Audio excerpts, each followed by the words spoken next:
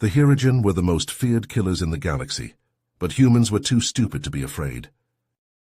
Scott took another swig of his drink, the amber liquid burning his throat. The bar was dimly lit, with a haze of smoke hanging in the air. Aliens of all shapes and sizes filled the room, their conversations a cacophony of guttural growls and high-pitched chirps. In the corner, a group of Hirogen warriors sat around a table, their massive frames barely contained by the chairs. They were laughing and shouting, slamming their fists on the table as they recounted tales of their latest conquests. Scott couldn't help but overhear their boasts. The Hirogen commander Xenos was particularly vocal. "We crushed the Antarians like insects," he roared. "Their cities burned, and their people fled before us. No one can stand against the might of the Hirogen." Scott scoffed loudly, drawing the attention of the bar. The Hirogen fell silent, their eyes locking onto the human.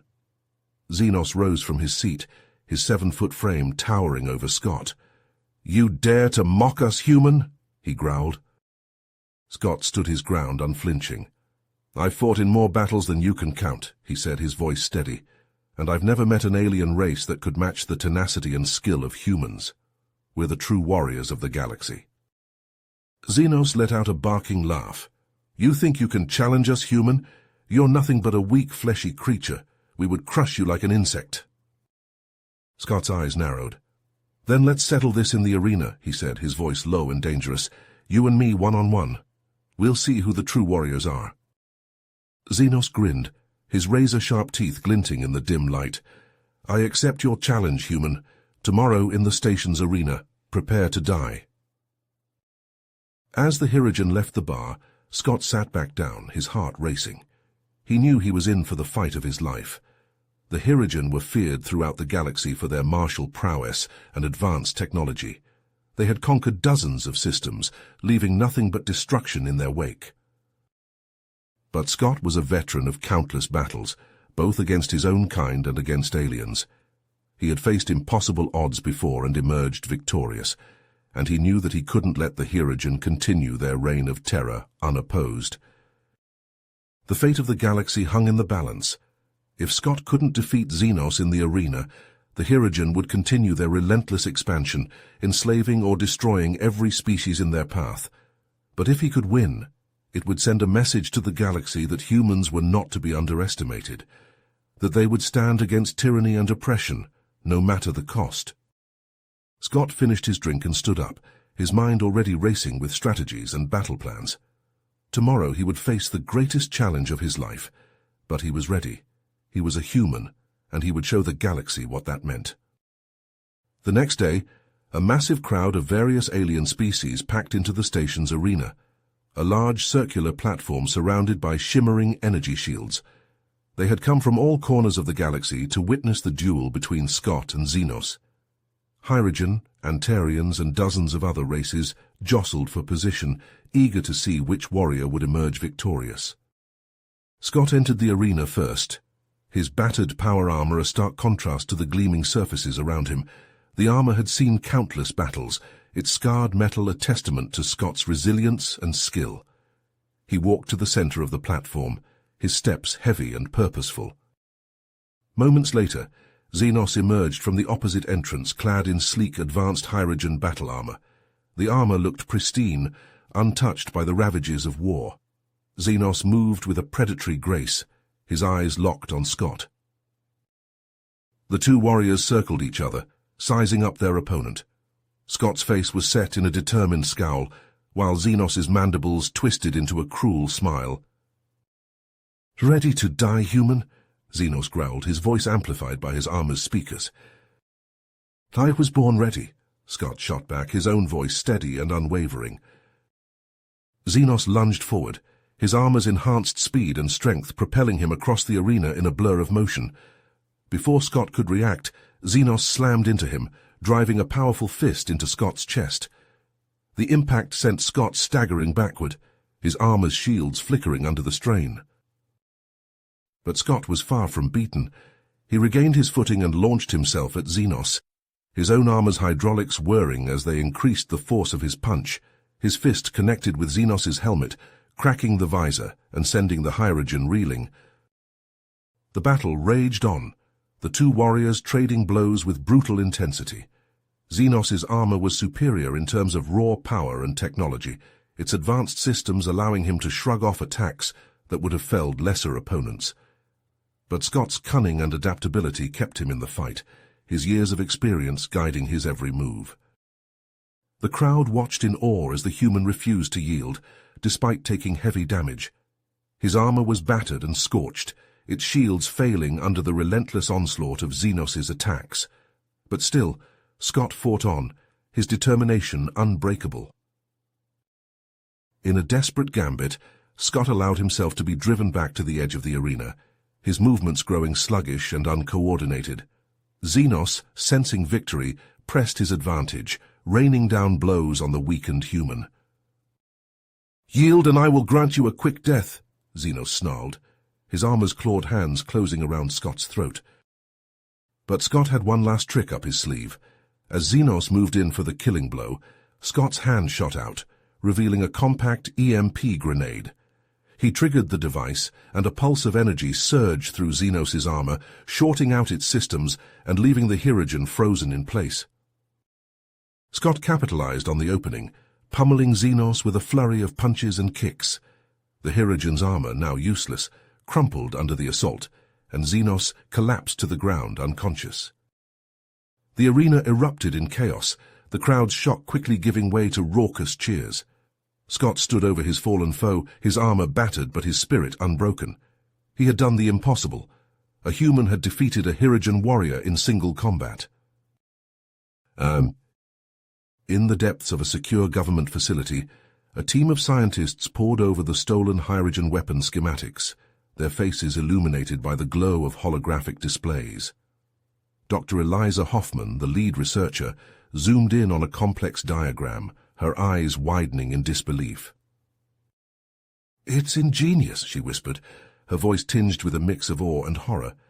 "The Hirogen have found a way to create and manipulate artificial black holes." Her colleague, Dr. Vikram Patel, leaned in for a closer look. "They're calling it Ragnarok. It's capable of annihilating entire planets." The implications hung heavy in the air. The human government knew they had no choice but to develop a countermeasure, a weapon that could match the Hirogen's destructive power. In a dimly lit conference room, Scott sat across from Admiral Nora Blackwell, his eyes haunted by the memory of Toshi's sacrifice.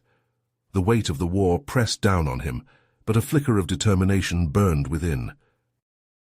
"I want to lead the mission to acquire the neutronium," Scott said, his voice steady. "It's the only way we can build our own Ragnarok and level the playing field." Admiral Blackwell studied him, her gaze piercing. "You understand the risks? The neutronium is located in the heart of a dying star, deep in Hirogen territory." Scott nodded, his jaw set. "I'll assemble a team. We'll get it done no matter the cost." The team came together quickly.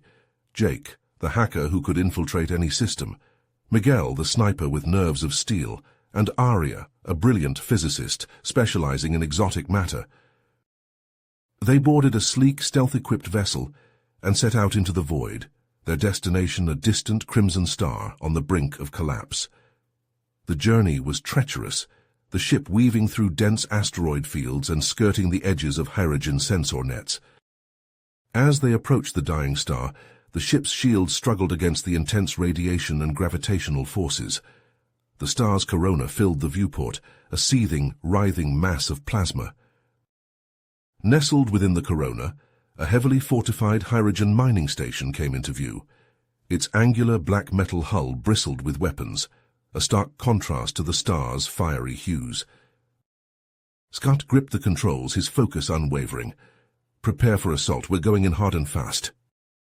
The ship plunged into the corona, its shields flaring as it dodged streams of superheated plasma. The mining station loomed ahead, its defenses coming to life with a barrage of laser fire. Scott wove the ship through the onslaught, the hull groaning under the strain. With a deft maneuver, he brought them alongside the station's airlock. "Breach in 3, 2, 1, Jake shouted, his fingers flying over the console. The airlock exploded inward, and Scott led the charge, his weapon at the ready. Elite Hirogen warriors swarmed to meet them, their armor glinting in the harsh light. Among them stood Xenos, his eyes blazing with hatred. "You dare to invade our station, human," he snarled. Scott leveled his weapon at the Hirogen commander. "We're here for the neutronium. Stand aside or face the consequences." Xenos lunged forward, his blade slicing through the air. Scott parried the blow, the clash of metal on metal ringing out. Around them, the rest of the team engaged the Hirogen warriors in a brutal firefight. Arya raced toward the station's core, her heart pounding. She knew the extraction process would be delicate and time-consuming, but they had no choice. As the battle raged, Scott and Xenos traded blows, their personal vendetta fueling each strike. Xenos's blade sliced into Scott's armor, drawing blood, but Scott retaliated with a vicious uppercut that sent the Hirogen reeling. Arya's voice crackled over the comms, strain evident in her words. "I've got the neutronium, but we need to leave now. The star's about to go supernova." Scott disengaged from Xenos, a trail of blood marking his retreat. The team fought their way back to the ship, the station shuddering around them as the star's death throes intensified. They barely made it aboard before the star exploded, the shockwave propelling them clear of the destruction. From the viewport they watched as the mining station vanished, consumed by the supernova's fury. In the aftermath, the team sat in silence, the weight of their actions settling upon them. They had secured the neutronium, but at what cost? The lines between right and wrong blurred, the moral complexities of the war leaving them questioning their own humanity. Scott stared out at the stars, his eyes haunted. The path ahead was uncertain, the conflict with the Hirogen far from over. But for now, they had bought humanity a fighting chance, even as the price of that chance weighed heavily on their souls. In the depths of the human research facility, the Ragnarok project reached its culmination. The neutronium, hard-won and costly, was the final piece of the puzzle. Engineers and scientists worked tirelessly, integrating the volatile element into the weapon's core. Failure was not an option. The survival of humanity hinged on their success. Scott, his rank now adorned with the stars of an admiral, stood on the bridge of the Nemesis, his gaze fixed on the viewscreen.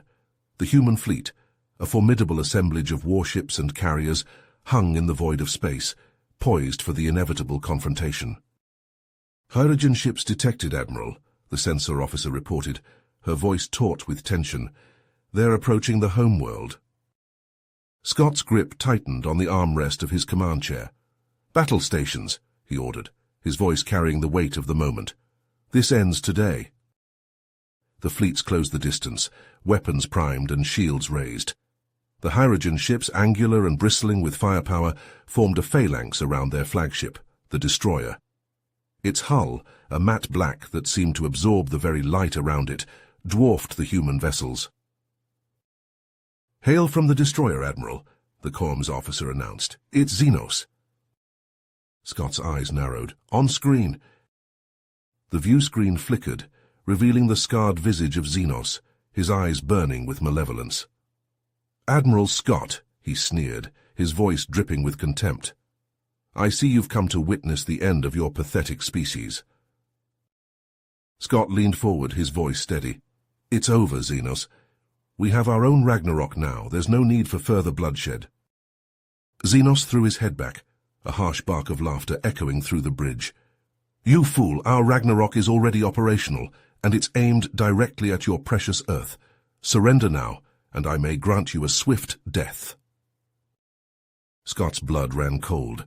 The stakes had just been raised to an unimaginable level. He turned to his crew, his voice low and urgent. "Prepare to engage. We have to take out that weapon." The battle erupted, the void of space illuminated by the fierce exchange of weapons fire. The Nemesis shuddered as it took hits, its shields flaring under the onslaught. Scott gripped the armrests, his mind racing. "Bring us alongside the destroyer," he commanded, a plan forming in his mind. "Prepare boarding parties."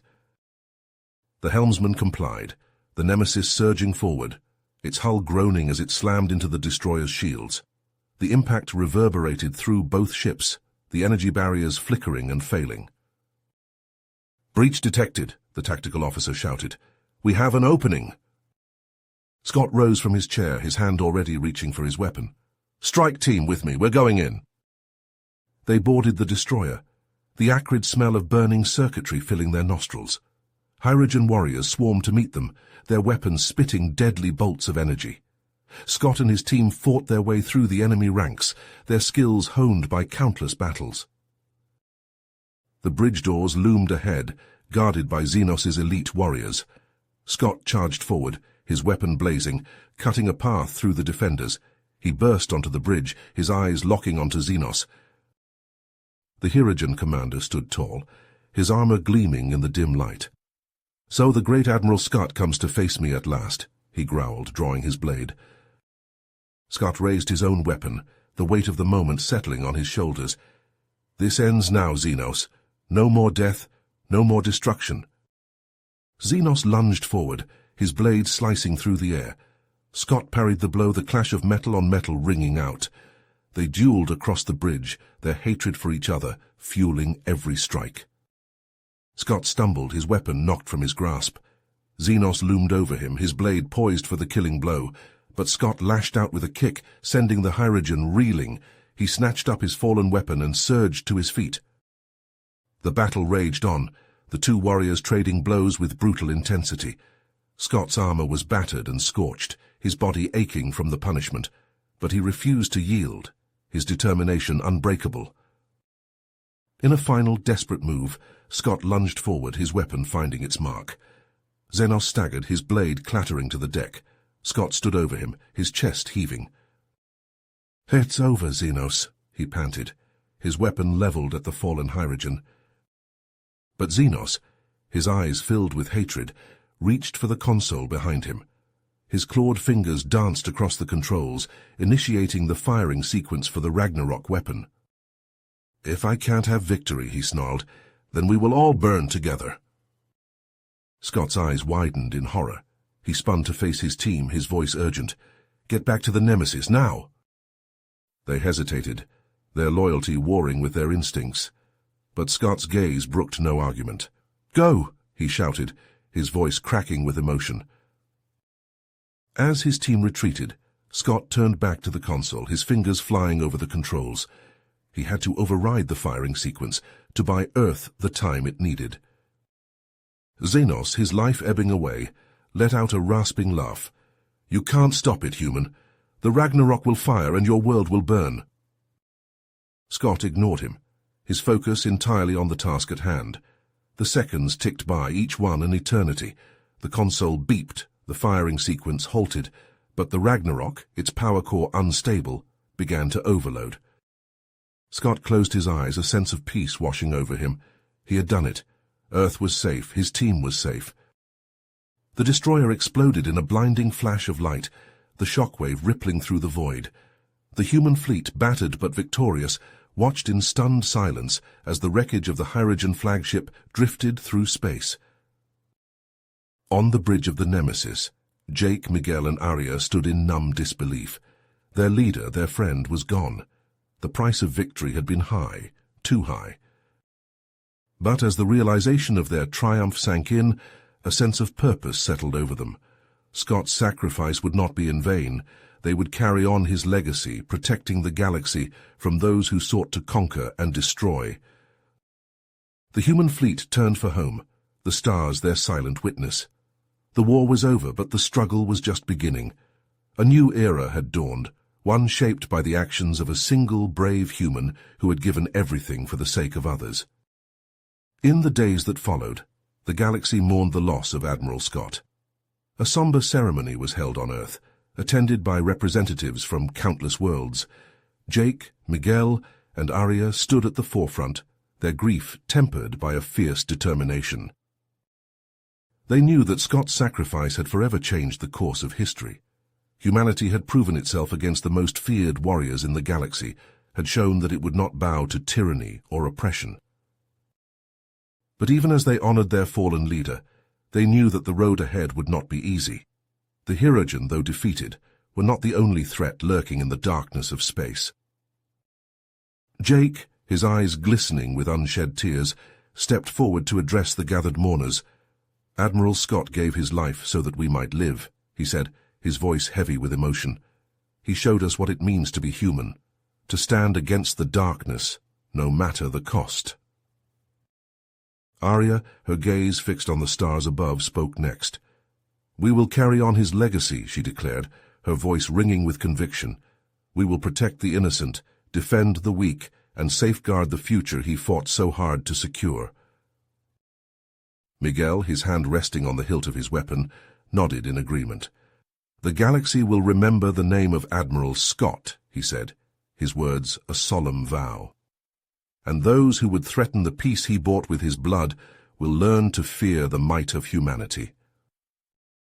As the ceremony drew to a close, Jake, Miguel, and Arya stood together, united by their grief and their purpose. They knew that the future was uncertain, that the challenges ahead would test them in ways they had never been tested before. But they also knew that they would face those challenges together, bound by the unbreakable bonds of friendship and the unyielding spirit of humanity. They would carry on the fight, in the name of Admiral Scott, and all those who had fallen in the battle for freedom. The stars beckoned, a vast and infinite expanse waiting to be explored, and as the three friends turned their faces to the heavens, they knew that no matter what trials lay ahead, they would never stop fighting for the future they believed in. You have reached the end of the story. If you enjoyed this story and want to support us, please leave a like and subscribe to our channel, and for every comment that says 88, I will heart every single one of them. Thank you for your time.